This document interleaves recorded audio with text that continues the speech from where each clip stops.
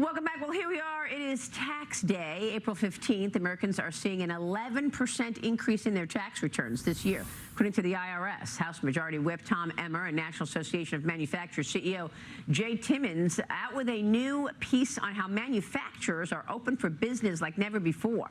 They point to the One Big Beautiful Bill and the 2026 Working Families Tax Cut, saying that they've boosted take-home pay while helping companies keep up with demand. Joining me now, the men themselves, Minnesota Congressman and House Majority Whip Tom Emmer is here, along with National Association of Manufacturers President and CEO Timmons. Great to see you, gentlemen.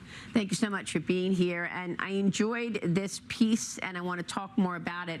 But first, Congressman, I got to get your take on what the president told me yesterday on reconciliation. Where are you on this plan, and how slim could it be? Do you want to put defense supplemental money in there as well as the funding for immigration?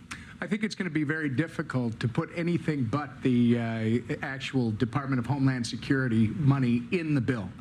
It's already setting a terrible precedent, Maria, by pulling out two items of an appropriations bill that was previously agreed to both by Republicans and Democrats, both in the House and the Senate. In fact, the only reason this has been held up is because of the Democrats' Marxist, socialist, anarchist base that is refusing to, well, Chuck Schumer doesn't want to lead. He wants to follow. So we're trying to deal with it the best we can. For us in the House, the skinnier the better. You put just what needs to be in it, because the second you open the gate, everybody's going to want to put a little of this in, a little of that in, and then it gets very tough to manage. So the skinnier, the better. No, this is what the president said yesterday. He called it slim.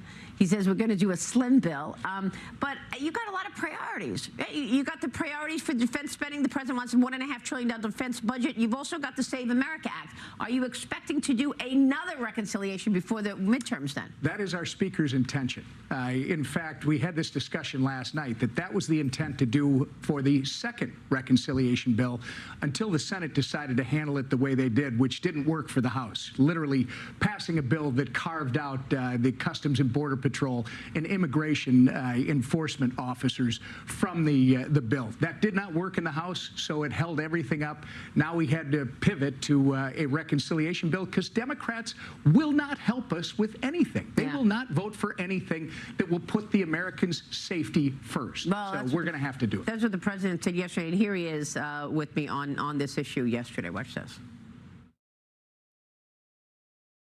You've been talking about a reconciliation program with the Republicans.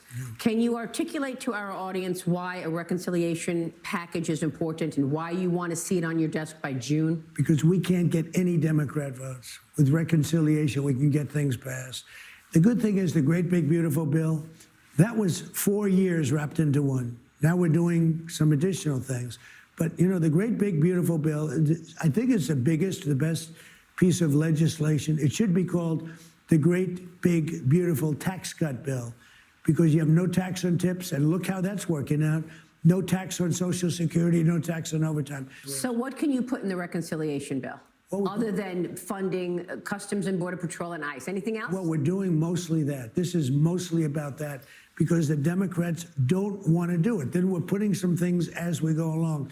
But, you know, you've heard the expression, we want to keep it sort of slim because we want to make sure that I have the safest border in the history of our country. Can you put the Save America Act in the reconciliation I'd love plan? to do it, and we'll certainly look at it, but I mean, there's nothing easy. Can you make it a budgetary item? It's good for the military. You know, the military's away. They have to be able to use it, et cetera. Somebody that's sick, somebody that's away, you can't, and you do mail-in voting. But mail-in voting cut back so that it's fair. You know, Congressman, one of the issues is a lot of people expect you to lose seats in the House in the midterm election, so you got to get your priorities through now, before the election, right? Well, first off, we've never lost an election in April, Maria. It's the election's in November, and the big, beautiful tax cut bill, as the president just referred to it, will be having maximum impact by the time we get to August, September, October. That's going to make the difference when it comes to the midterms. In the meantime, when it comes to voting integrity in this country, the president is right on. He is spot on. I come from Minnesota, where they don't want to provide the federal government with their voting rolls. Why?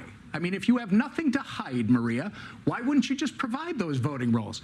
It's time that we just acknowledge 80% of this country, 90% of this country has no problem with verifying that only citizens are voting, and in fact, on election day, that only those citizens that have been previously recognized are the ones casting ballots. It makes sense, common sense. It's unbelievable. So you think you'll put Save America Act in the next reconciliation before the midterms then? I think there's going to be an effort in the House. Our members are unified on this issue, whether it's on the next Reconciliation Act or whatever goes through the House. You're going to hear this Save America Act being part of it on almost every discussion. All right, you just mentioned the big, beautiful bill. Jay, it's had a real impact on business. I mean, the National Association of Manufacturers releasing this landmark study of the cost of not renewing key tax cuts. Yeah. I mean, it found without action in 2025, the U.S. would have risked nearly 6 million jobs. That's right. $540 billion decline in wages and a $1.1 trillion hit to the GDP.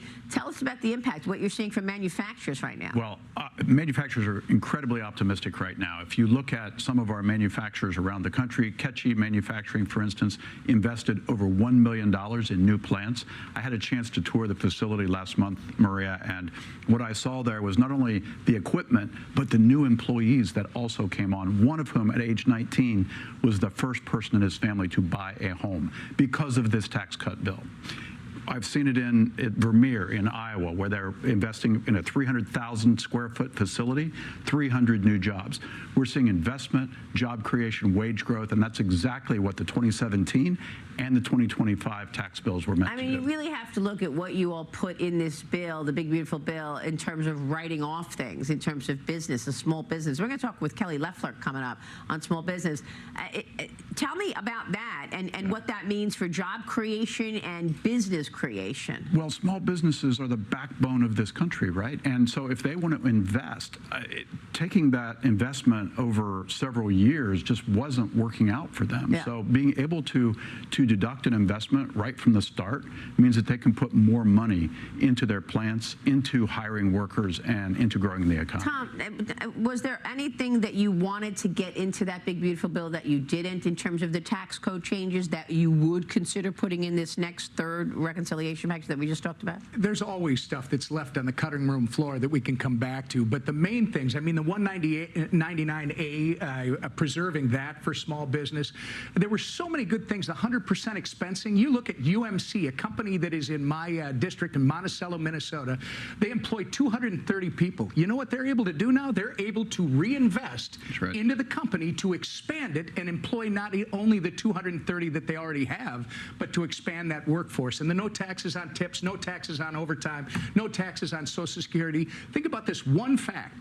The average family of four, two parents, two kids, if they're making $73,000 in this country, they're not paying any federal income tax. This is a tax cut bill for everyone. We're touting small business, but it is a working families tax cut bill without question. That is big stuff, really. And, you know, it's a shame that the Democrats don't want to admit that.